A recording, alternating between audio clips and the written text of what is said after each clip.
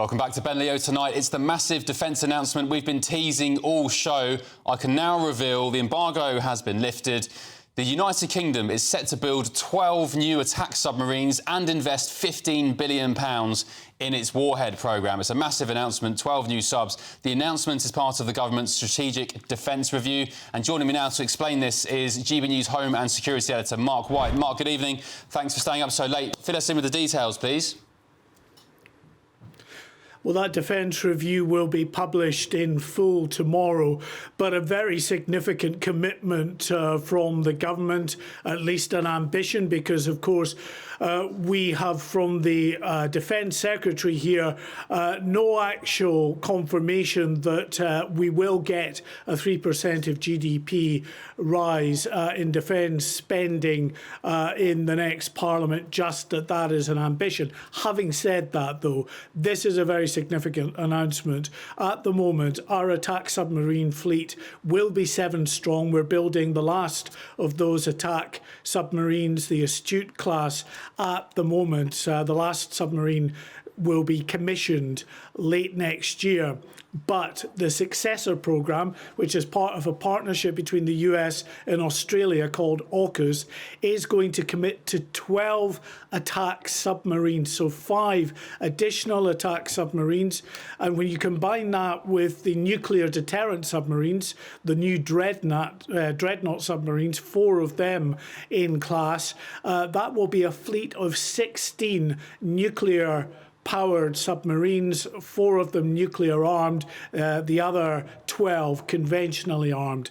Of course, as I say, this is a commitment from this government, but it is not going to see the first of those new submarines in service by the time they're designed and built until the late 2030s. So which government is going to be in office at that time? Will they still commit to it? It might be hard not to, given what we're told about the new world order that we are in terms of the threats that the UK faces in an uncertain world. It will be a big electioneering point for any government in office at that point. Also, in this defence review, we're going to get, as you mentioned, there are £15 billion of extra spending to boost our stocks of warheads and munitions. And on top of that, tens of thousands of drones are going to be manufactured. Lessons learned from Ukraine.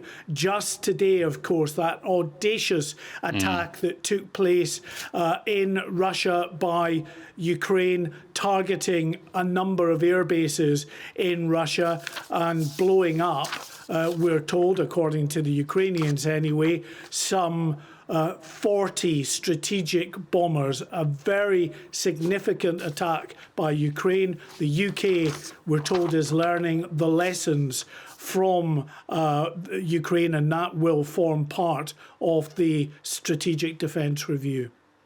Great stuff. Thanks, Mark. And also in the Sunday Times today, I'm not sure if you saw it, Britain, or maybe you even mentioned it then, Britain's exploring the potential return of delivering nuclear weapons via jets, F-35As, which would be, in response to a new era of threat posed by Russia. So it seems like we are preparing for some sort of war. They're saying that it's been described as always ready, always on attention, ready to respond and always armed.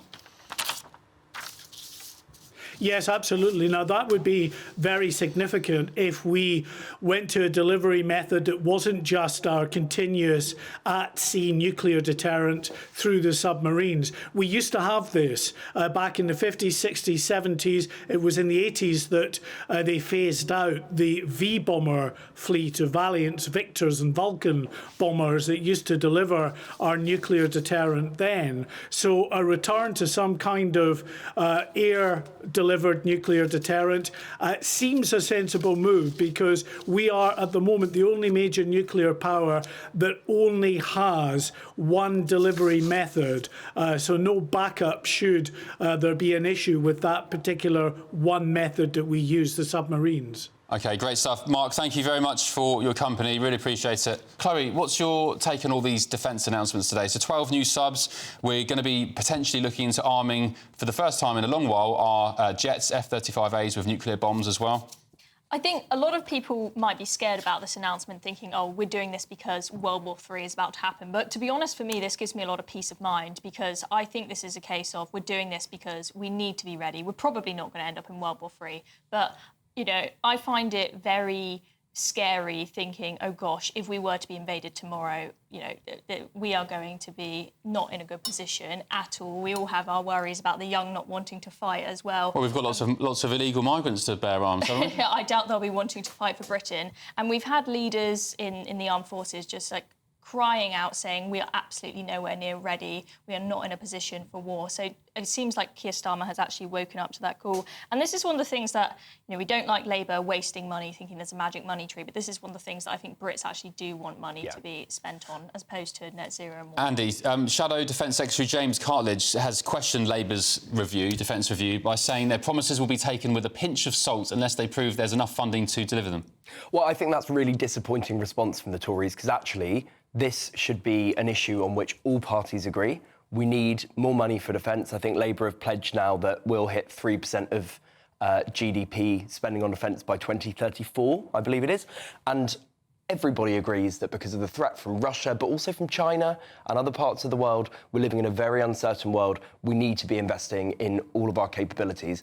And defence in this country has been underfunded and underpowered for too long. And I would like to have seen the Tories come out and say, do you know what, we agree with this. And maybe reform will actually, you know, the real opposition now, not the fake opposition, the Tories, maybe reform will come out and, to their credit, say, actually, we agree. I don't necessarily disagree with that. To me, this is a catch-up operation because we haven't invested in defence for 30 years. Yeah. There was this feeling at the end of the Cold War that it was the end of history and where everyone was going to go along with Western liberal democracy and play happy families. And suddenly people like Xi Jinping and Putin have come along and reminded us that human nature doesn't change and there are good guys and bad guys only respond to good guys who have strength. So this is good. I think this is very positive, but unfortunately it's too late. Submarines take years, if not decades, to build. Doesn't this say to Putin, quick, if you want to attack us, do it now, because we'll be busy building for the next 5 years and we haven't got enough ships? But this, I think that's also right, but I don't think Russia is the issue here. I think it's odd, the framing around Russia. The big geopolitical threat remains China. It is not Russia. That's why I find the whole framing around Russia very odd for this whole... Well, I guess they are allies with... I mean, I get your point, but Russia are allied with China, right? I mean, Putin was rubbing shoulders with Xi Jinping. I guess Russia feels like the immediate threat because of everything we're seeing on our TV screens that's going on in Ukraine. Yeah. But you're absolutely right. If you look at how China is undermining us in terms of espionage or technological capabilities... I think China is... using Russia and that being in the headlines as a cover, 100%. Whilst we're all just turning a blind eye to the fact that they are massively increasing their power all over the world, dominating trade routes and then dominating our technology. Clearly that's what Trump thinks. They are. Trump thinks the real threat is China, doesn't he? Yep. Yeah. Somebody just emailed, Les Robson, said, if the MOD can finish these subs before 2099, my ghost will be very surprised. I mean, it's not the MOD building. I'm not sure who be like, I don't know, BAE Systems, Lockheed Martin. Well, I know that part of the AUKUS agreement, Australia bought 4 nuclear-powered submarines, or agreed to have 4 nuclear-powered submarines off the UK, I believe it is. And I think they're thinking it'll be 2035, maybe, before they are all operational. Like, these things take decades, or at least a decade to really... Technology would have moved on so far by then, especially in China. Yeah. I'll just say, Will, as well, many of you viewers at home, thank you for your company still at this late hour, are talking about invasion. You're saying, Will, we're already being invaded on the southern border. Well, it's not necessarily wrong, is it? It's not necessarily wrong. This is there is a threat from within today, Ben. But look, these are 2 different problems that we need to tackle both of them. Yeah, OK, good stuff. Right, anything else in the papers? Let's have a quick look. Exercise can be better than drugs to stop cancer returning. Yes?